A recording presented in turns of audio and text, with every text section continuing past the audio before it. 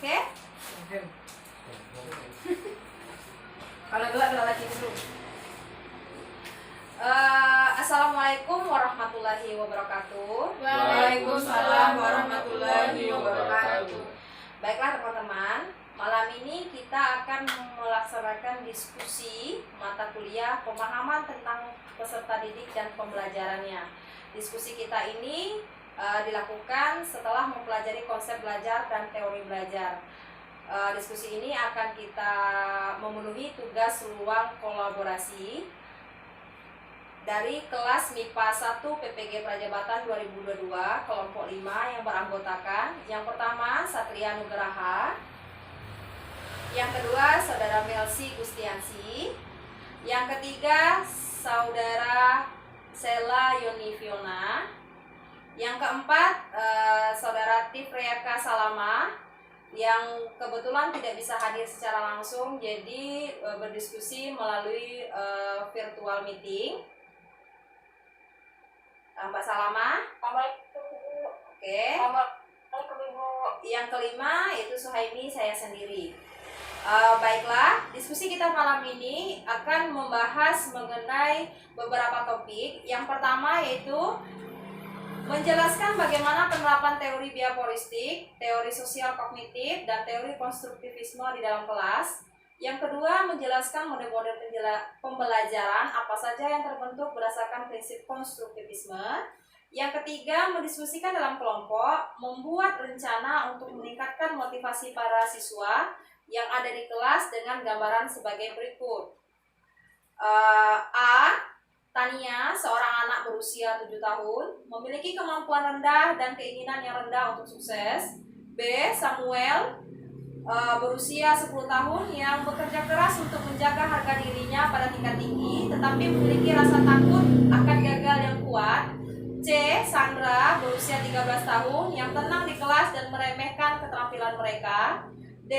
Robert, 16 tahun yang menunjukkan sedikit minat di sekolah dan saat ini tinggal bersama bibinya. Dengan keterangan Anda sudah tidak dapat menghubungi orang tuanya.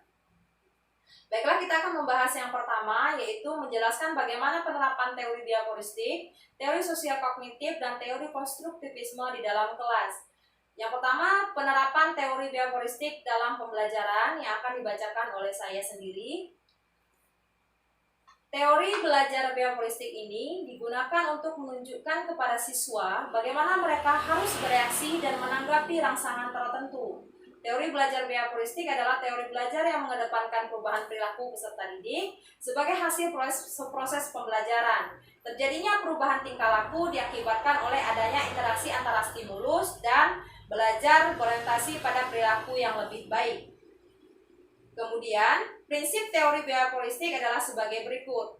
Apabila seseorang sudah mampu menunjukkan perubahan perilaku, maka dikatakan sudah belajar. Artinya, kegiatan belajar yang tidak membawa perubahan perilaku tidak dianggap belajar menurut teori ini. Kedua, hal yang paling penting pada teori ini adalah stimulus dan respon, karena bisa diamati. Hal-hal lain selain stimulus dan respon tidak dianggap penting karena tidak bisa diamati. Yang ketiga, adanya penguatan atau reinforcement, yaitu hal-hal yang bisa memperkuat respon. Penguatan bisa berupa penguatan positif dan negatif. Beberapa kelemahan biaporistik adalah sebagai berikut. 1. Pembelajaran siswa yang berpusat pada guru, teacher-centered learning, bersifat mechanistic dan hanya berorientasi pada hasil yang diamati dan diukur. Yang kedua, murid hanya mendengarkan dengan tertib penjelasan guru dan menghafal apa yang didengar dan dipandang sebagai cara belajar yang efektif. Yang ketiga, siswa, baik hukuman verbal maupun fisik seperti kata-kata kasar, ejekan, jeweran yang justru berakibat buruk pada siswa. Yang keempat, tidak mampu menjelaskan situasi belajar yang kompleks sebab banyak variabel atau hal-hal yang berkaitan dengan pendidikan atau belajar yang tidak dapat diubah menjadi sekedar hubungan stimulus dan respon. Yang kelima, tidak mampu menjelaskan alasan-alasan yang mengacukan hubungan antara stimulus dan respon dan tidak dapat menjawab hal-hal yang menyebabkan terjadinya penyimpangan antara stimulus yang diberikan dengan responnya.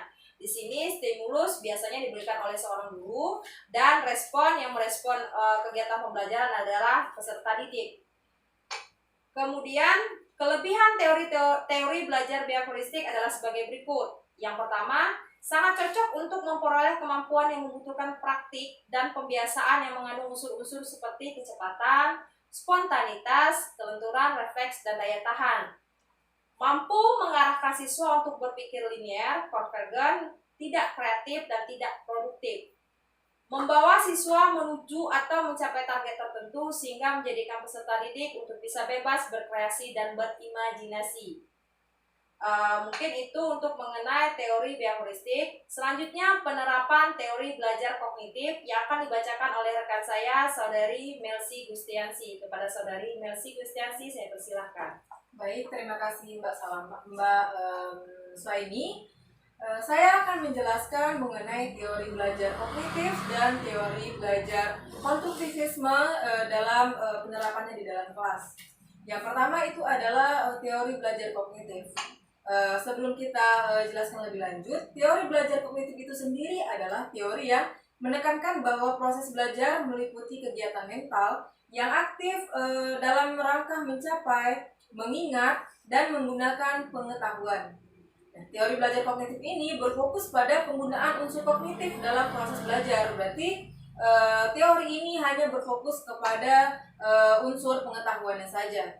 Terus keutamaan dari teori belajar kognitif itu adalah yang pertama, pemahaman peserta didik untuk memperoleh informasi baru akan meningkat.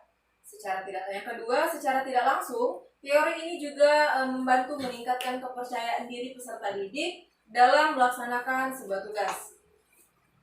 Lalu kekurangan dari belajar kognitif ini adalah yang pertama, teori belajar kognitif ini menekankan kepada kemampuan memori peserta didik, sehingga kapasitas daya ingat mereka disamaratakan.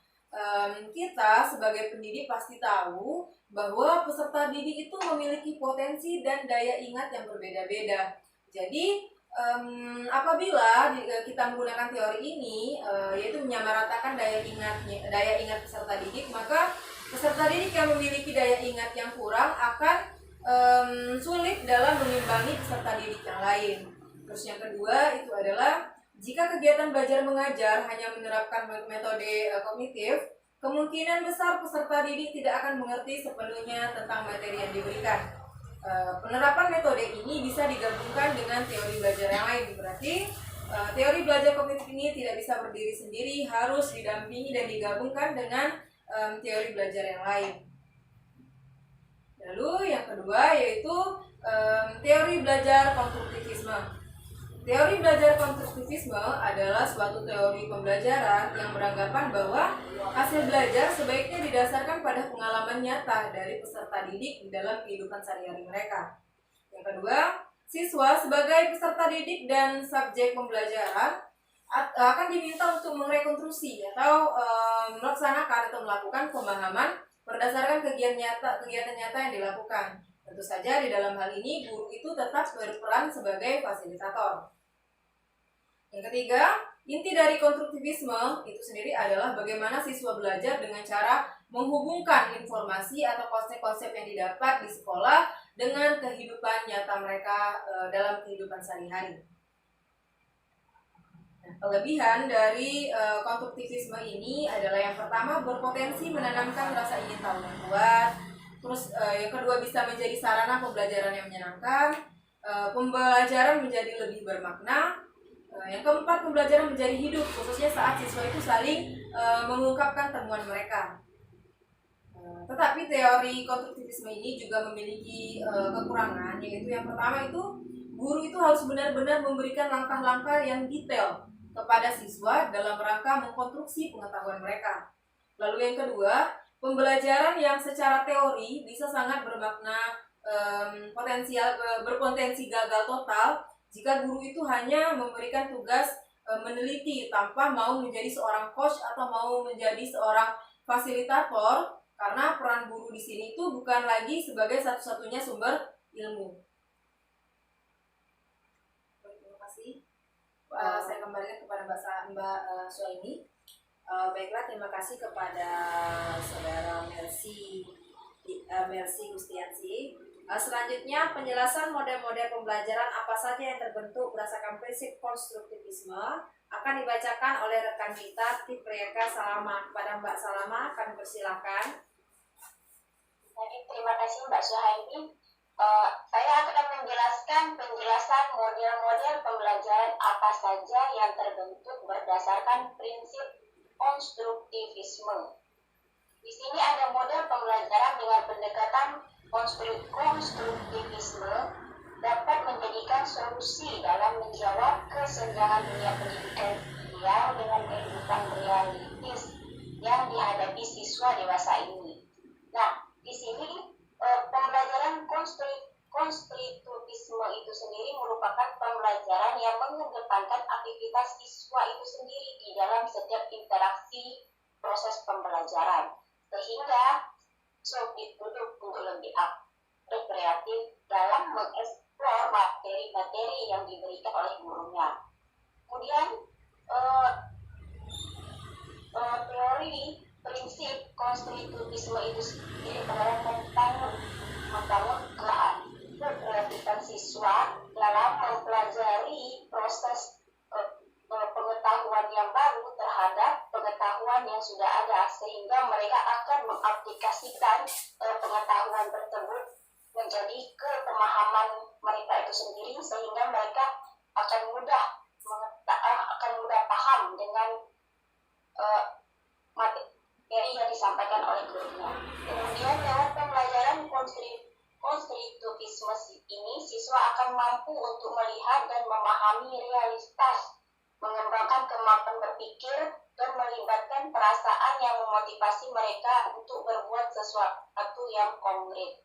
Intinya, pendekatan konstruktivisme ini memberikan kebebasan kepada siswa untuk belajar menemukan sendiri kompetensi dan pengetahuannya, gunanya untuk mengembangkan kemampuan yang sudah ada pada diri siswa itu sendiri. Sudah cukup Mbak Salama?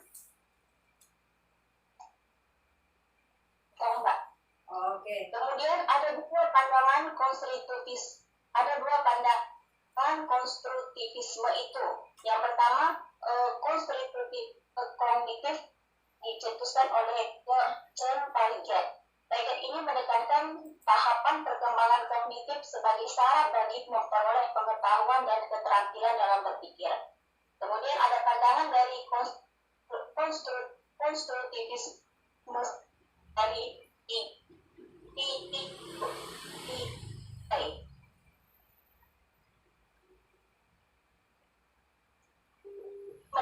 konteks yang Halo Mbak Salama? sukses orang kita seseorang. Kemudian terdapat penelitian pada kedua pandangan ini yang pada penekanan proses dan peran penemunya saja.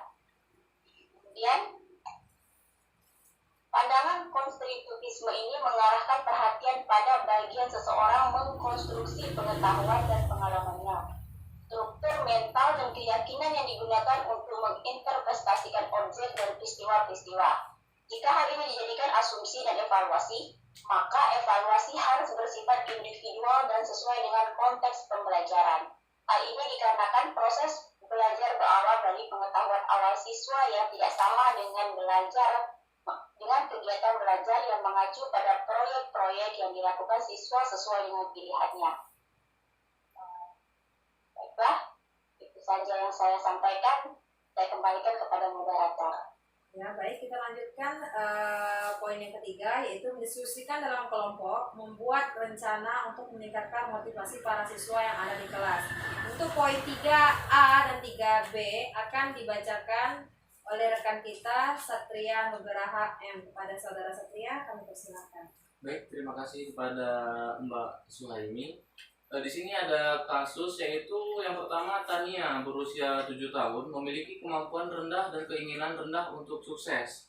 Cara mengatasinya yaitu dengan melalui pendekatan kepada anak tersebut. Pendekatan dan motivasi yang dapat dilakukan yaitu motivasi belajar intrinsik dan motivasi ekstrinsik, di mana motivasi intrinsik adalah motivasi dari siswa itu sendiri. Dapat dilakukan dengan membangun kepercayaan diri siswa tersebut bahwasanya ada potensi diri yang jika dikembangkan akan mendapatkan hasil dan tujuan yang akan dicapai. Dapat juga dengan bercerita dan meyakinkan cita-citanya dengan mencontohkan tokoh-tokoh yang sukses dengan cara pembelajaran. Yang kedua yaitu kasus Samuel berusia umur 10 tahun yang bekerja keras untuk menjaga harga dirinya pada tingkat tinggi tetapi memiliki rasa takut akan gagal yang kuat. Caranya yaitu melakukan motivasi pada anak tersebut dan memberikan pengertian bahwa setiap tantangan pasti memiliki kemenangan dan kegagalan, dan sebaiknya kita tidak takut akan kegagalan karena kegagalan adalah proses menuju kemenangan dan pembelajaran untuk lebih baik lagi. Kemudian juga dengan melakukan pendekatan kepada anak, mengajarkan anak untuk lebih berani dan percaya diri, meningkatkan motivasi anak dengan video-video yang dapat memacu semangat anak-anak bahwa kegagalan bukanlah sesuatu yang menakutkan, melainkan semangat untuk menjadi lebih baik lagi, dan harus berani mengambil resiko dan keputusan sebagai awal langkah menuju pemikiran yang matang. Karena anak yang percaya diri akan mudah membuat keputusan dan yakin dengan kemampuan sendiri. Mereka tidak akan hidup dalam rasa khawatir ataupun penuh penyesalan atau kejadian di masa lalu ataupun kekhawatiran terhadap hal-hal di masa depan. Baiklah, sepertinya hanya itu yang bisa disampaikan. Saya kembalikan kepada moderator.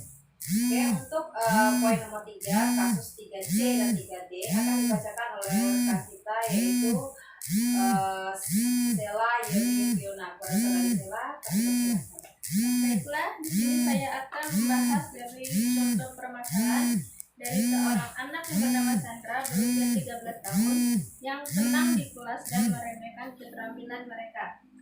Sebagai seorang guru, hal pertama yang dilakukan adalah untuk mendekati anak tersebut secara bertahap dan memanggil atau mengajak berbicara.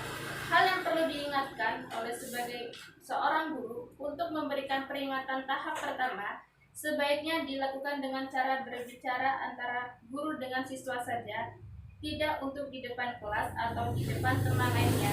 Hal ini dilakukan agar sang anak tetap terjaga mentalnya.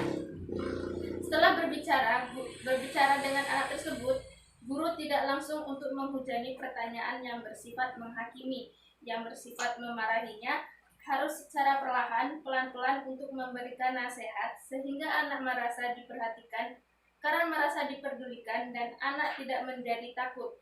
Dengan guru memberi nasihat secara perlahan, menjelaskan dengan memberikan contoh dari sebab dan akibat dari kesalahan dari sang anak tersebut. Menasehati akan rasa tanggung jawab saling menghargai sesama orang lain dan tidak menghujani dengan pernyataan atau pertanyaan yang menghakimi sang anak. Maka anak perlahan akan berubah menjadi lebih baik. Kemudian kasus kedua yaitu ada seorang anak bernama Robert berusia 16 tahun yang menunjukkan sedikit minat di sekolah dan saat ini tinggal bersama dengan bibinya. Dengan catatan guru tersebut tidak dapat menghubungi orang tuanya. Di dalam proses pembelajaran di kelas, pasti setiap siswa-siswi memiliki perbedaan dalam proses pembelajaran. Meskipun guru telah menjelaskan materi serta durasi yang sama, pasti terjadi perbedaan individual dalam hasil belajar. Hal ini merupakan suatu hal yang sangat wajar, namun sebagai seorang guru tidak akan bersikap masa bodoh.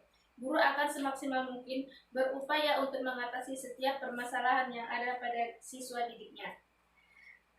Di dalam kasus ini, kita sebagai seorang guru yang harus kita lakukan adalah pertama, kita selidiki dulu latar belakang anak tersebut yang menyebabkan kenapa hal tersebut bisa terjadi.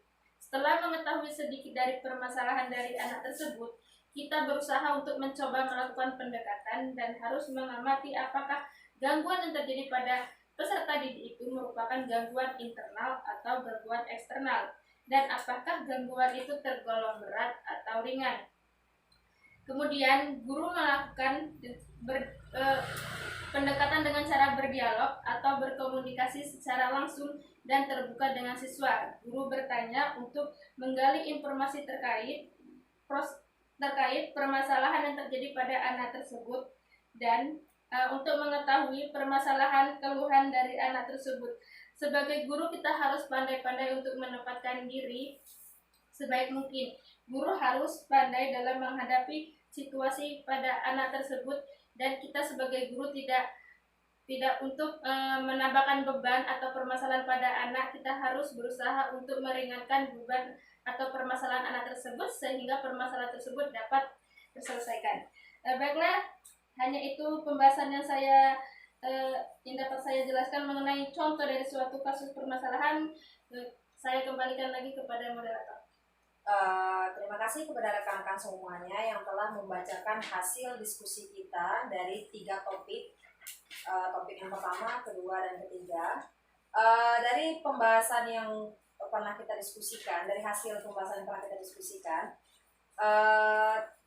dapat disimpulkan salah satunya adalah sebagai calon seorang guru, artinya pembelajaran baik itu mulai dari teori behavioristik, teori sosial kognitif, teori konstruktivisme, dan di awal kita sudah mempelajari mengenai apa itu belajar, ya kan? Kemudian menjelaskan model-model pembelajaran berdasarkan prinsip konstruktivisme dan kasus siswa berdasarkan umur, kemudian kita bagaimana solusi memecahkan masalahnya. Artinya pembelajaran ini sangat sekali bermanfaat untuk kita, terutama ke depannya bagi kita mahasiswa PPG Prajabatan 2022 untuk menjadi calon guru profesional. Nah, tentunya begitu. Bagaimana dengan tanggapan teman-teman yang lain? Mungkin ada yang ingin menambahkan? Ya, Mbak Melsi? Ya, terkait dari penjelasan Mbak Suhaini tadi mengenai teori behaviorisme, saya sedikit menambahkan. Saya itu pernah membaca, saya lupa di mana, ciri khas dari teori behaviorisme itu adalah kita itu sebagai guru, kita kan sebagai guru memberikan stimulus ya. Jadi yang respon itu peserta didik kan. Jadi ciri khas dari teori behaviorisme ini adalah stimulus itu kita berikan secara berulang-ulang, secara terus-menerus, sehingga akan mendapatkan respon yang alami dari peserta didik. Contoh sederhananya seperti ini. Kita sebagai guru, ketika kita sudah memberikan penjelasan mengenai pembelajaran, contohnya sistem pencernaan lah ya. Terus kita memberikan pertanyaan seperti sebutkan salah satu organ di dalam sistem pencernaan. Terus ada siswa yang berani menyampaikan pendapatnya. Terus setelah siswa tersebut menyampaikan pendapatnya, kita berikan pujian. Dan itu kita lakukan secara terus-menerus seperti itu. Jadi jika ada siswa, kita beri pertanyaan, ada siswa lain lagi yang berani menanggapi, kita beri pujian, kayak gitu kan. Jadi kita memberikan stimulus secara terus-menerus. Terus pada akhirnya ya respon dari peserta didik itu akan secara alami. Jadi mereka akan tahu, oh jadi jika kita ingin mendapatkan pujian, berarti kita harus mencoba untuk menjawab pertanyaan, kita harus lebih percaya diri dalam berpendapat seperti itu. Jadi ketika stimulus itu kita berikan secara terus-menerus, maka kita akan mendapatkan respon yang alami dari peserta didiknya seperti itu. Itu yang pernah saya baca mengenai literasi dari teori behaviorisme. Memang teori ini memang sedikit agak unik. Kemudian yang menambahkan tadi, selain dia tuh nanti karena respon siswa, kita memberi seorang guru beri stimulus, kemudian direspon, siswa mengharap pujian, tentu juga kita tekankan itu ada penilaiannya, penilaian di afektifnya ya kan, terutama ya penilaian afektif, dan nanti mereka ketika ujian itu untuk hubungannya dengan kognitif mereka. Tentu dari stimulus, respon, nanti ada hubungannya dengan kita pancing dengan pujian, kemudian tentu dengan nilai, tentu sesuai dengan tujuan behavioristik, yaitu hasil yang diharapkan dari yang berulang-ulang tadi ya kan. Kemudian kepada Mbak Salamah, mungkin ada hal yang ingin disampaikan atau ingin ditambahkan, atau ada hal yang ingin dibahas? Saya ingin membahas sedikit yang dari penjelasan Mbak Stella. Oh iya. Di sini kan ada kasus si Robert itu umur 16 tahun. Dia sudah mendapatkan orang tuanya. Ya. Otomatis kan orang tuanya itu sudah tidak ada di dekat dia, sehingga orang terdekat, misalnya orang tuanya itu tidak berinteraksi dengan dia. Nah, gimana kalau di sini kasusnya ini orang tuanya itu ada berinteraksi dengan si Robert ini? Apakah cara memotivasinya itu berbeda juga atau gimana itu? Apa pendekatan melalui si Robert aja? Apa ke orang tuanya juga tuh? Oh iya. Gimana ya? Mengenai yang Robert tadi ya, Iya. mungkin ini ya. Yang pertama kan yang ditanyakan oleh Mbak Salama, mungkin kalau di situ kan kasusnya adalah tidak ada lagi bisa menghubungi orang tua karena dia tinggal dengan bibinya atau dengan keluarga yang lain. Bagaimana kasusnya jika seorang Robert anak usia 16 tahun dia ada orang tuanya atau malah dia seorang yatim piatu yang tidak punya keluarga atau dia mengurus adik-adiknya, itu kan tentu kita ketahui ya nanti kasusnya di lapangan. Itu mungkin Bapak Satria mau menambahkan? Kalau untuk si Robert ini kan kalau di kasus ini itu dia tinggal bersama bibinya. Kalau dia tinggal bersama orang tuanya, alangkah baiknya kita juga melakukan pendekatan kepada orang tuanya dengan cara ya seperti yang di sini di penjelasan dari Mbak Sela itu pendekatannya melalui dari individual dan belajar seperti dalam proses pembelajaran di sekolah, meskipun guru dan materi pelajaran yang dipelajari serta waktu dan lingkungan belajar di kelas bagi setiap siswa sama, pasti terjadi perbedaan individual. Jadi di sini dalam artian guru tidak akan bersikap masa bodoh, jadi gurunya juga harus melakukan pendekatan kepada orang tuanya jika masih ada orang tuanya. Seperti itu.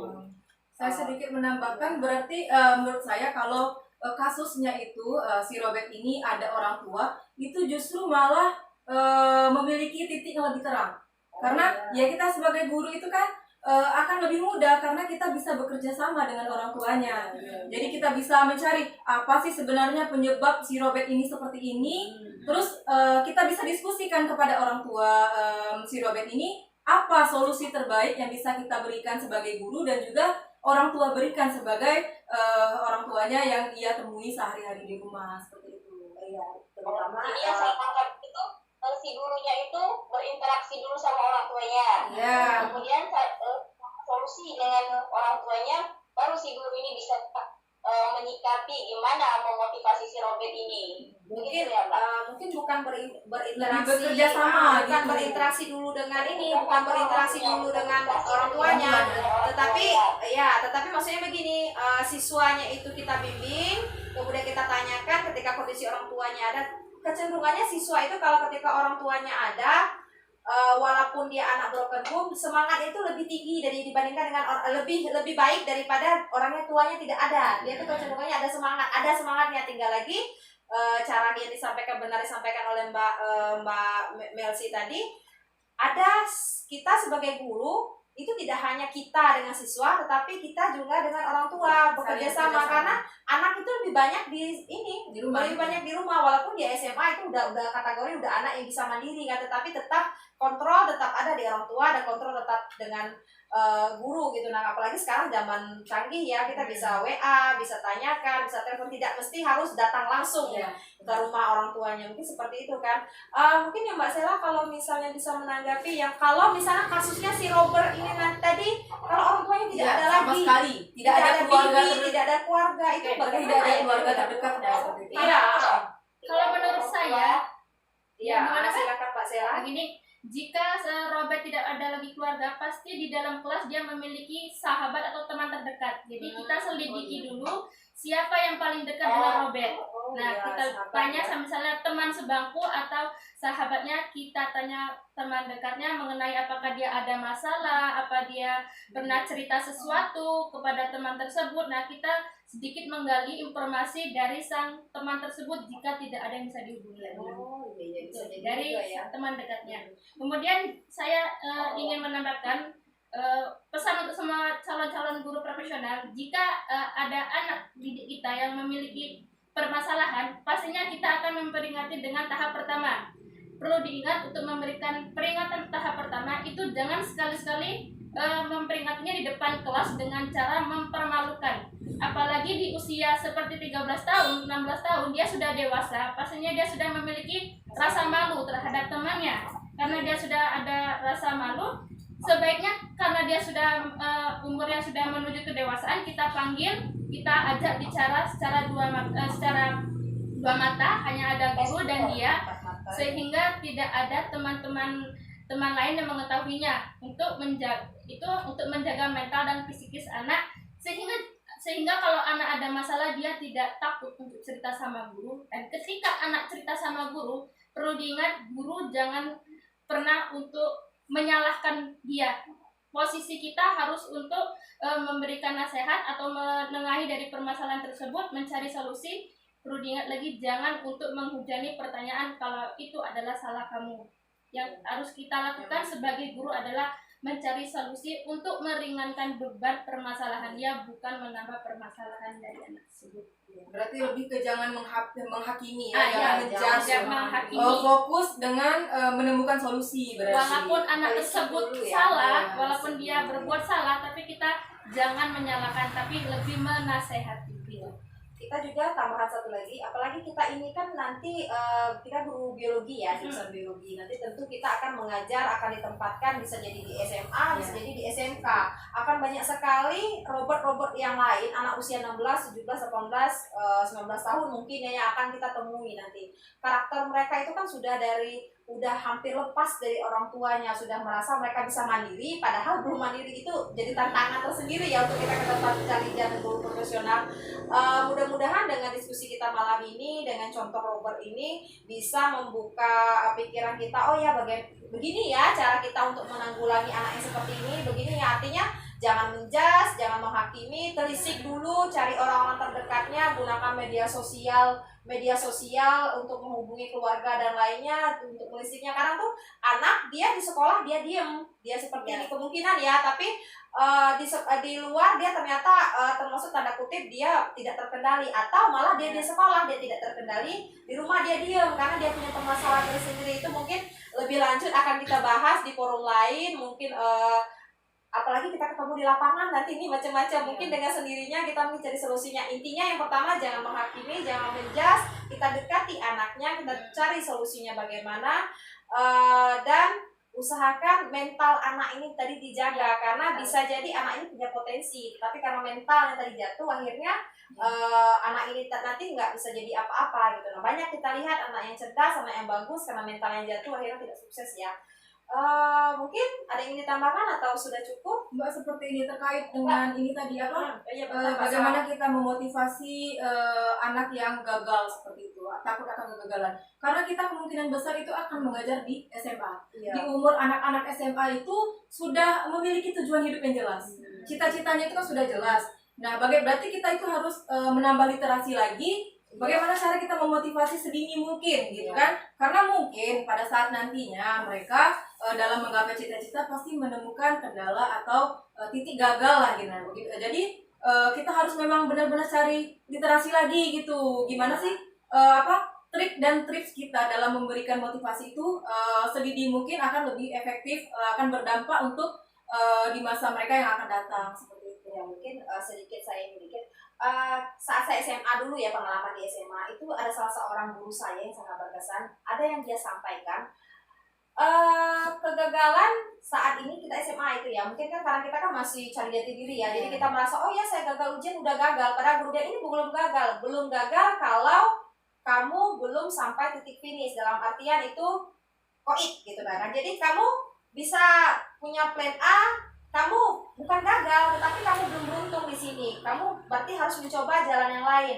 Belum yang bisa ini, berarti kamu mencoba jalan yang lain. Ini jalan itu belum gagal, tetapi itu mungkin yang nanti kita akan terapkan, termasuk literasi ini belum gagal, hanya di step ini belum gagal. Tapi kan kadang-kadang kan kita merasa dulu, ujian bahasa Inggris nggak tuntas, kita udah merasa gagal. Itu padahal belum gagal, tetapi kita belum mencobanya kedua kali. Itu remedial ya terutama ya. Belum mencoba kedua kali, gagal lagi, belum mencoba lagi ketiga kali. Artinya mencoba itu yang masih kurang, itu yang mungkin nanti kita itu kebetulan inspirasi dari guru saya saat SMA dulu. Jadi mungkin akan kita terapkan di siswa kita nanti, disesuaikan dengan kurikulum terbaru kita sekarang yang memberi mereka kebebasan, tetapi tetap kita rangkul dengan cara kita, yaitu yang penting karakter mereka yang kita jaga. Jadi seperti itu ya. Iya. Ada yang ingin ditambahkan atau Mbak Sela ingin menambahkan? Ada kesimpulan dari sini? Udah cukup ya. Jadi dapat di kesimpulan. Ya Mbak Salama. Dari kasus ini, dari Iya. beberapa kasus ini, saya dapat memahami, yang dapat saya pahami itu Ya Mbak. berarti pendidikan seorang guru itu memahami perilaku peserta didik satu persatu ya Mbak. Iya, Iya, benar Ya, sekali. dan apakah dan seorang guru itu harus peka ternyata Iya, terhadap iya, benar. karakteristik seorang anak didiknya ini satu persatu, sehingga agar materi yang dia sampaikan itu dapat tersalur dengan sempurna dengan anak didiknya ya Mbak. Iya, dengan istilah kan, iya Mbak Salama, iya benar yang disampaikan Mbak Salama. Dengan istilah itu ada pernah juga orang tua dulu bilang, guru-guru sama dulu sering bilang, guru itu matanya banyak. Guru itu matanya harus Iya. banyak, tangannya juga harus banyak, kakinya juga harus ringan melangkah. Matanya banyak, pikir matanya seperti apa? Ternyata yang matanya banyak, dia harus mampu melihat siswa di pojok sana, siswa pojok sana, mungkin seperti itu ya. Iya. Mungkin itu yang kita terapkan yang dari guru-guru pendahulu kita. Yang ringan langkahnya, maksudnya jangan malas untuk mendekati siswanya, mungkin seperti itu ya Mbak ya. Ya memang benar Mbak, berarti tugas kita calon seorang guru lumayan berat ya. Tapi mudah-mudahan menjadi ladang pahala nanti.